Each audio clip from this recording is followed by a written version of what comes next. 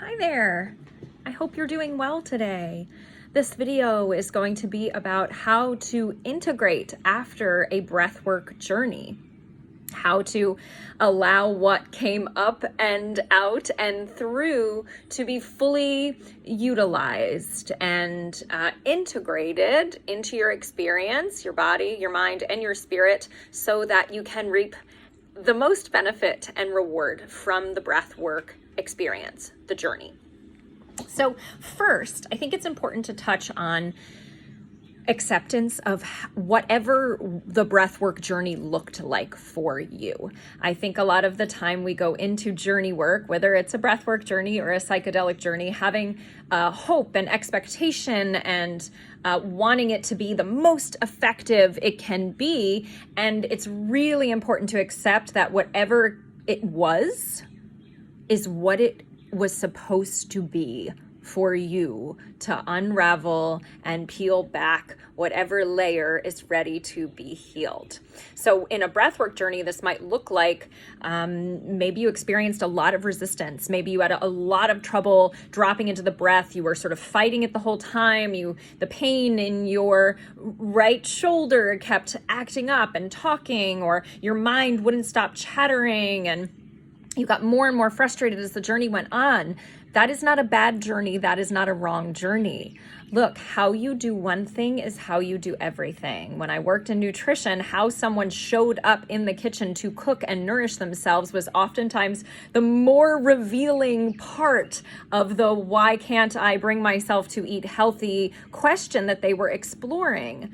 How you showed up in the breathwork journey is a reflection of some place that you're at and something that's asking for your attention.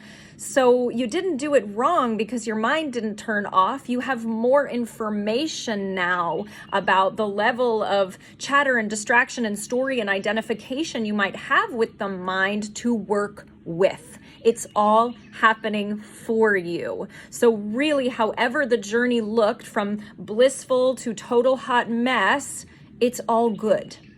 Really. So that's step one in integrating a journey. Step two, or part number two that I want to bring forward, is how important it is to rest and sleep after any journey work, psychedelic or breath work.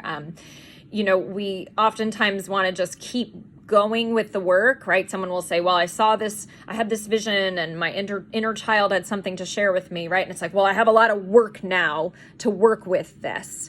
And I want to offer that you did the work during the breathwork journey. You did incredible work. And what might be needed is rest, space, naps, more sleep, not working so hard at your healing and banging your head up against the wall of how do I make more progress.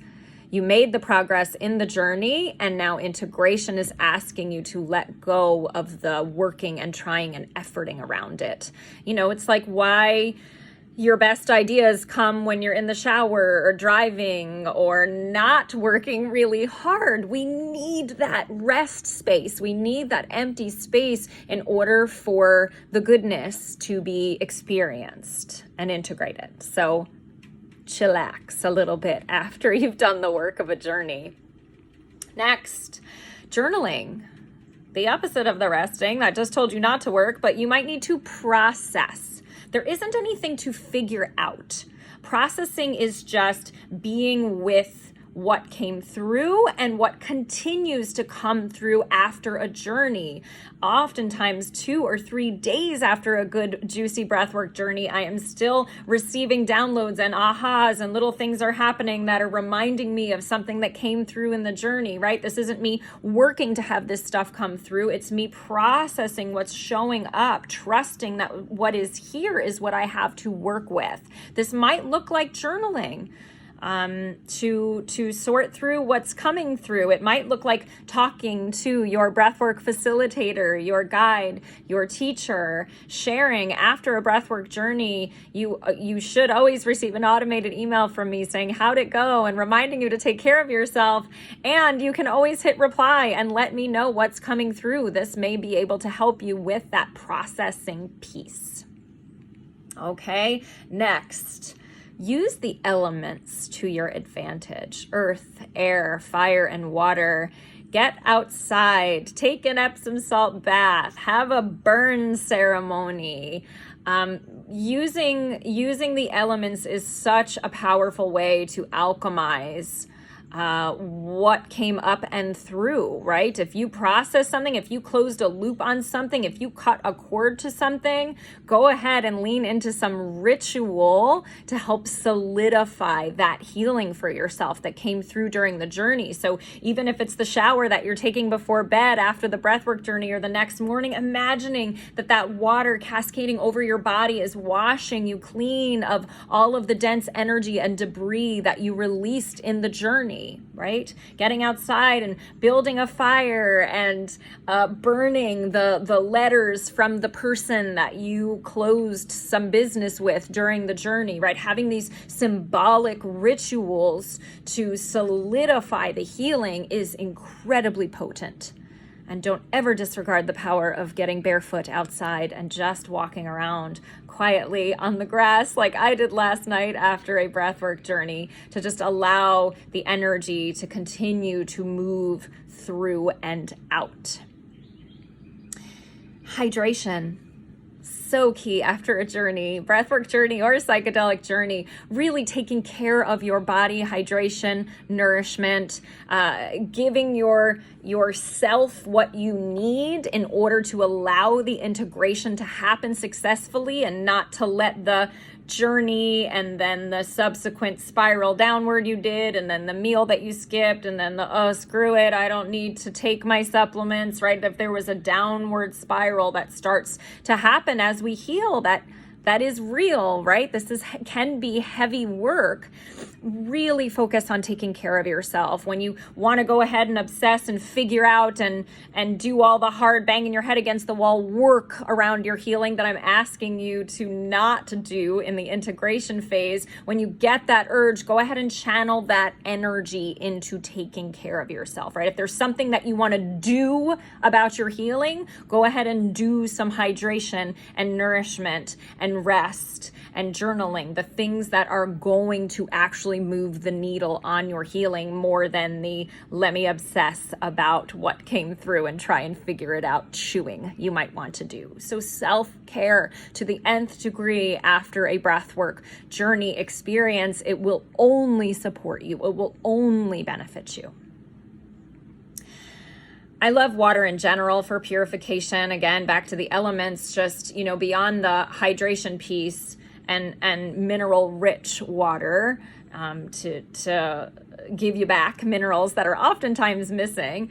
An Epsom salt bath is just a brilliant way to detox emotionally, physically, energetically. It's very quick and very efficient. 1, 2, 3 cups of Epsom salts in a nice warm bath, or a cool bath if you like, and the weather is warm, and 20 minutes is all you need to absorb what you need to absorb and to clear what you can clear with the mighty power of salt.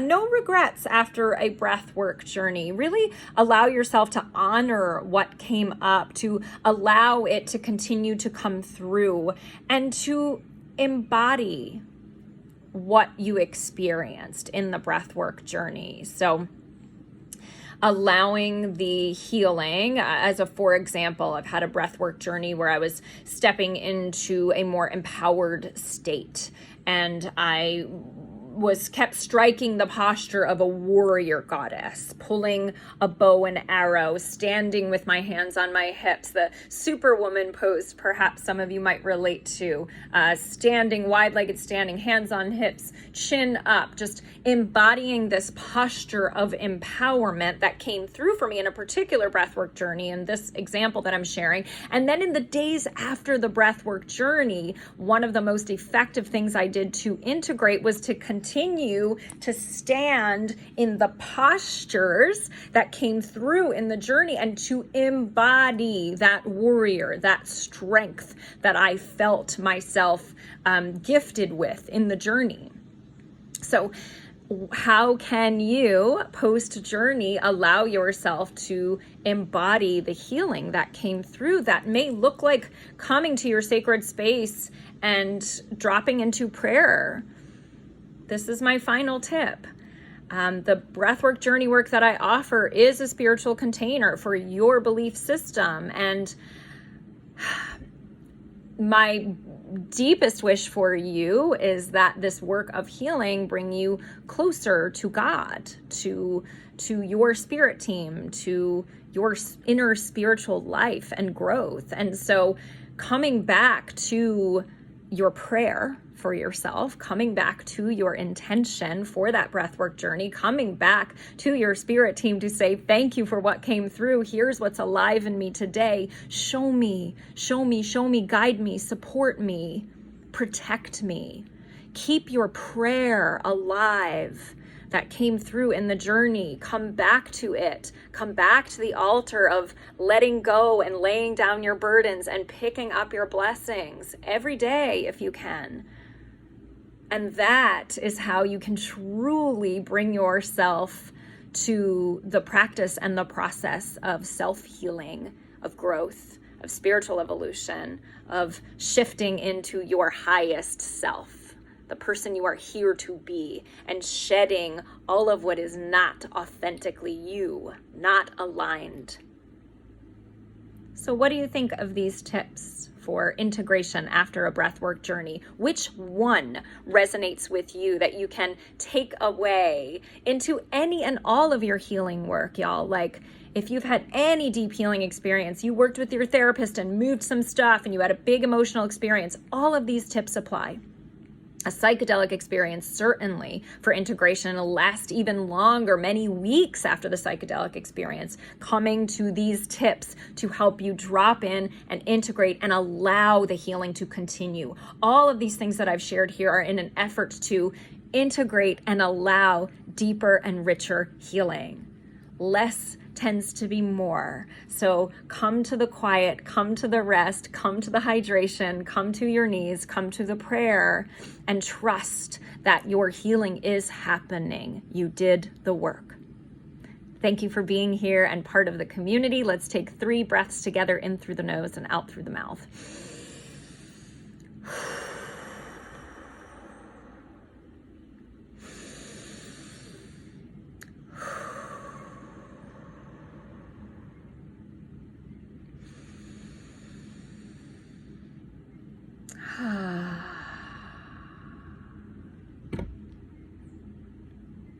Happy integrating.